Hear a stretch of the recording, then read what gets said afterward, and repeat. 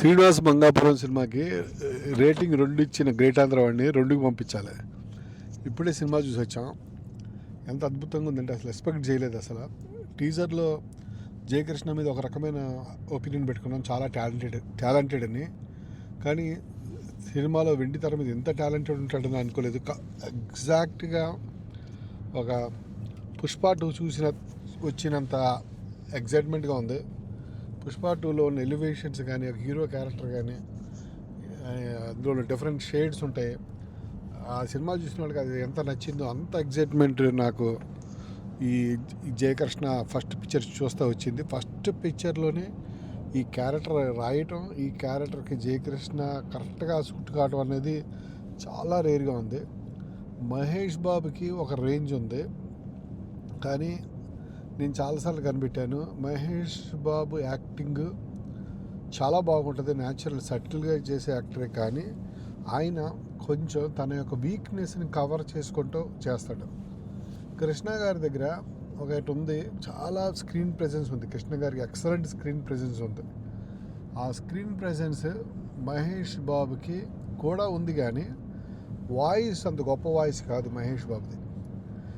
ఇప్పుడు ఈ జయకృష్ణలో ఉన్న ప్లస్ పాయింట్ ఏంటంటే, మహేష్ బాబులో ఉన్న గ్లామరు, ఆ న్యాచురల్ యాక్టింగు, అలాగే కృష్ణ గారికి ఉన్న ఆ యొక్క voice, screen presence, larger than life character చేసే ఒక దమ్ము, అది బాగా కనపడింది.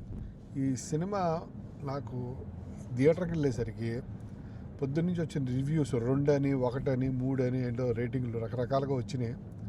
నేనేం పట్టించుకోలేదు. 2 అన్నాడు కాబట్టి గ్రేట్ ఆంధ్ర బాగోదేమోలే, లేకపోతే యావరేజ్గా ఉంటుంది అనుకున్నాను. కానీ ఇంత సూపర్గా ఉంటుందని మటుకు నేను అనుకోలేదు.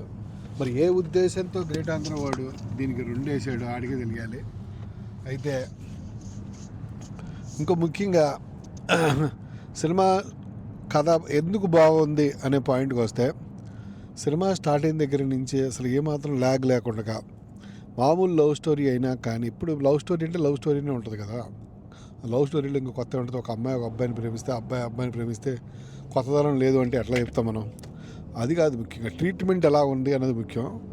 జయకృష్ణ వచ్చాక జయకృష్ణకి ఒక ఫ్రెండ్ ఎవడరా అంటే, వాడి పేరు స్వతంత్ర బాబు, నరేష్. జయకృష్ణకి ఒక యంగ్ హీరోకి ఫ్రెండ్ ఒక సీనియర్ హీరో. సో అది అవ్వటం వల్ల ఏమవుతుందంటే, నరేష్ తన ఎక్స్పీరియన్స్ తోటి సినిమాని చాలా పండించాడు. జయకృష్ణకి మంచి సపోర్ట్గా ఉన్నాడు త్రూ అవుట్ ద మూవీ. అతను Naresh acting for the first time నేను గమనించాను, నెక్స్ట్ లెవెల్కి వెళ్ళిపోయింది. నరేష్ రోజు రోజుకి యాక్టింగ్ ఇంప్రూవ్ అయిపోతుంది, కొత్తగా చేస్తున్నాడు. నరేష్ పెద్ద ప్లస్ పాయింట్ ఫస్ట్ హాఫ్లో. అయితే జయకృష్ణ క్యారెక్టర్ ఏంటి అసలు? జయకృష్ణ క్యారెక్టర్ ఎట్లా ఉందంటే, రావడంతోనే వజ్రాయుధంలో కృష్ణ గారి క్యారెక్టర్ ఎట్లాగైతే నిలబడతాడు దమ్ముతోటి, దేనికి భయపడకుండా, అలాంటి ఒక క్యారెక్టరు. అట్లాగనే అందంగా ఉండటం, వయసులో ఉన్నాడు, మళ్ళీ డాన్సులు చేసే దగ్గరేమో మహేష్ బాబు లాగా చేస్తున్నాడు, ఫైట్లు చేసే దగ్గరేమో కృష్ణ గారు వజ్రాయుధం. ఇంకా చెప్పాలంటే ఫైట్లో జయకృష్ణ ఎట్లా ఉన్నాడంటే, పవన్ కళ్యాణ్, ఖుషి, తమ్ముడు ఇలాంటి సినిమాల్లో ఫైట్లు చూస్తే అవి ఎంత గూస్ బంప్స్ ఇచ్చినాయి ఆడియన్స్కి. అలాంటి ఫైట్లు చేయడానికి జయకృష్ణ కరెక్ట్గా సరిపోతున్నాడు. ఈ సినిమాలో ఫైట్లన్నీ కూడా అలాగే ఉన్నాయి. సో ఒక హీరో ఫైట్లు పండించాడంటే ఆడితోటి ఫ్యూచర్లో ఇంకా ఓజీ, కేజీఎఫ్ ఇలాంటి సినిమాలని తీసుకుంటా కూర్చోవచ్చు. అట్లాంటి ఒక అద్భుతమైన గ్రేస్ ఉంది. ఇంకోటి ఏంటంటే, ఈ సినిమాలో జయకృష్ణకి కావాల్సిన అన్ని షేడ్స్ ఉన్నాయి.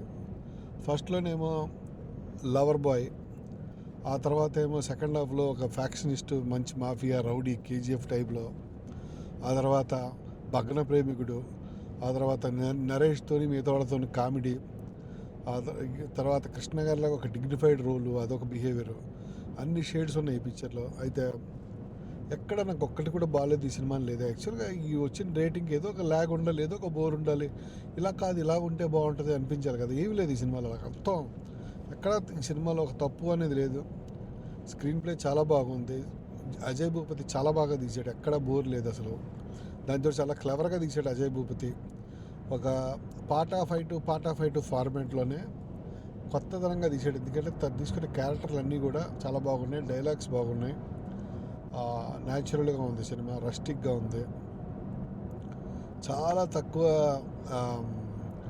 రిసోర్సులతోటి చాలా పెద్ద అవుట్పుట్ తీసుకొచ్చాడు. చాలా ఇంపాక్ట్ఫుల్గా ఉంది మూవీ. ఇంకా అంతకంటే ఏం చెప్తాం. మళ్ళీ అంబటే 2 రోజుల్లో ఈ సినిమా చూడటం తథ్యం. జయకృష్ణ ఫ్యూచర్ విషయంలో తిరుగులేదు. ఈ సినిమా మంచి పిక్చర్ అయినా కూడా కొంతమంది రివ్యూలు రాయలేదు. మరి మహేష్ బాబు ఎలివేషన్స్ ఇవ్వలేదు, ప్రమోషన్ ఇవ్వలేదు. ఎంత కలెక్ట్ చేస్తుందో ఏంటో నాకు తెలియదు. కానీ నాకు ఇప్పుడే కొంతమంది ఎక్స్పర్ట్స్ చెప్పారు, ఎవరైనా ఒక హీరోకి డెబ్యూట్ సినిమా అంటే first cinema box office collection important కాదు. ఫస్ట్ సినిమాకి ఏంట్రా ఇంపార్టెంట్ అంటే ఆ హీరోలో స్టార్ మెటీరియల్ ఉందా లేదా అని. జయకృష్ణలో స్టార్ మెటీరియల్ ఉంది, అందుకనే అతనితో మళ్ళీ సినిమాలు వస్తాయి. మిగతా వాళ్ళందరూ మంచి మంచి స్టోరీలు రాసుకోవచ్చు. సో స్టార్గా ప్రూవ్ చేసుకున్నాడు, అది అందులో తిరుగులేదు.